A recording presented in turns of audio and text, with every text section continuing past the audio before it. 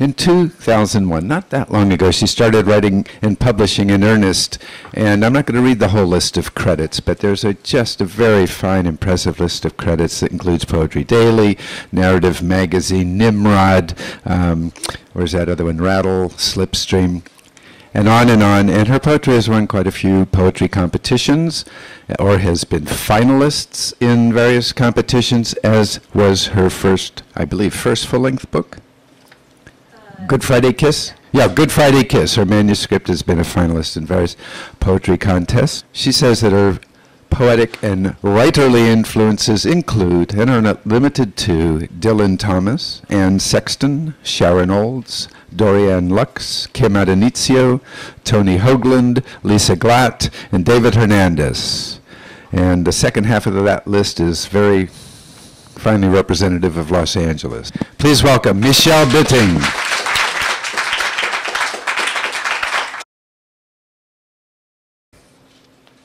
It's called The Sacrifice.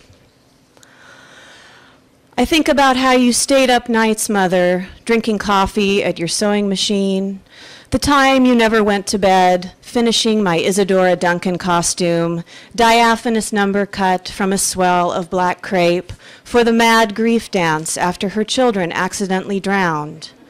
Remember waking to find the garment realized, dark offering you draped across the ironing board, the fastidiously stitched seams that stroked my just coming curves so I'd be beautiful, drunk in the lights of my junior high stage, and you out there in the hushed cool of your reserved seat, hands folded, resting now, the little bobbin of your heart spinning inside its quiet nook while you watched me do the hard, privileged work of feeling for both of us.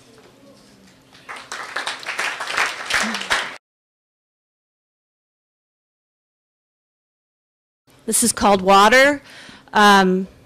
It's dedicated to the victims and survivors of Hurricane Katrina, August 2005.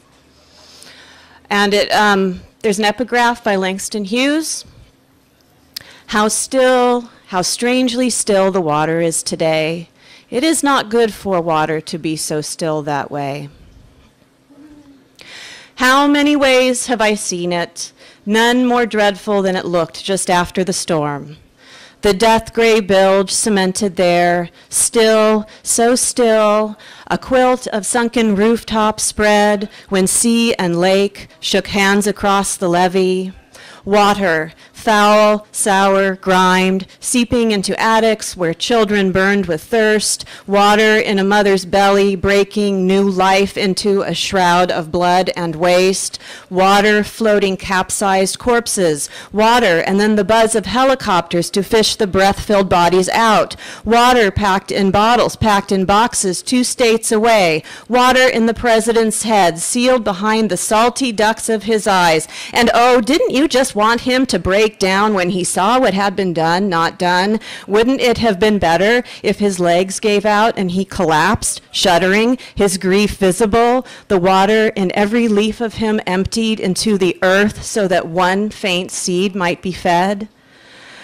I've seen water lick the chrismed forehead of a baby, heard him coo or cry as the spirit blew, felt a wave of mystery rush the back of my neck. But today I'm dry, and like you maybe, drowning just the same. Water, so much water, too much water.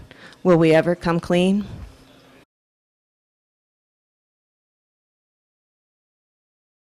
This is a poem by Dorianne Laux, and it's called, and it's brand new, and I did get permission to read it, but I don't know about the YouTube thing, so I'll have to figure that out. Pentagon orders dead officers to report for duty. The U.S. Army said Friday it would apologize to the families of about 75 officers killed in action who were mistakenly sent letters urging them to return to active duty.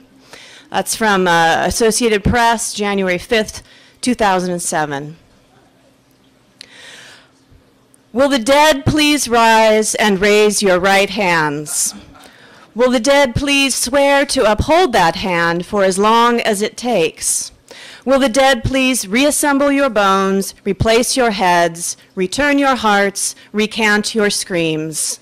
Will the dead please salute the flag ripped from the body politic? Will the dead please step onto the helicopters and into the bodies of soldiers about to become you?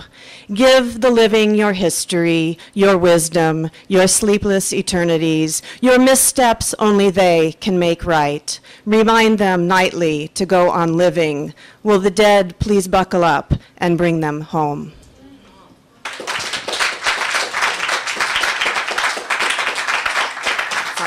Great poem.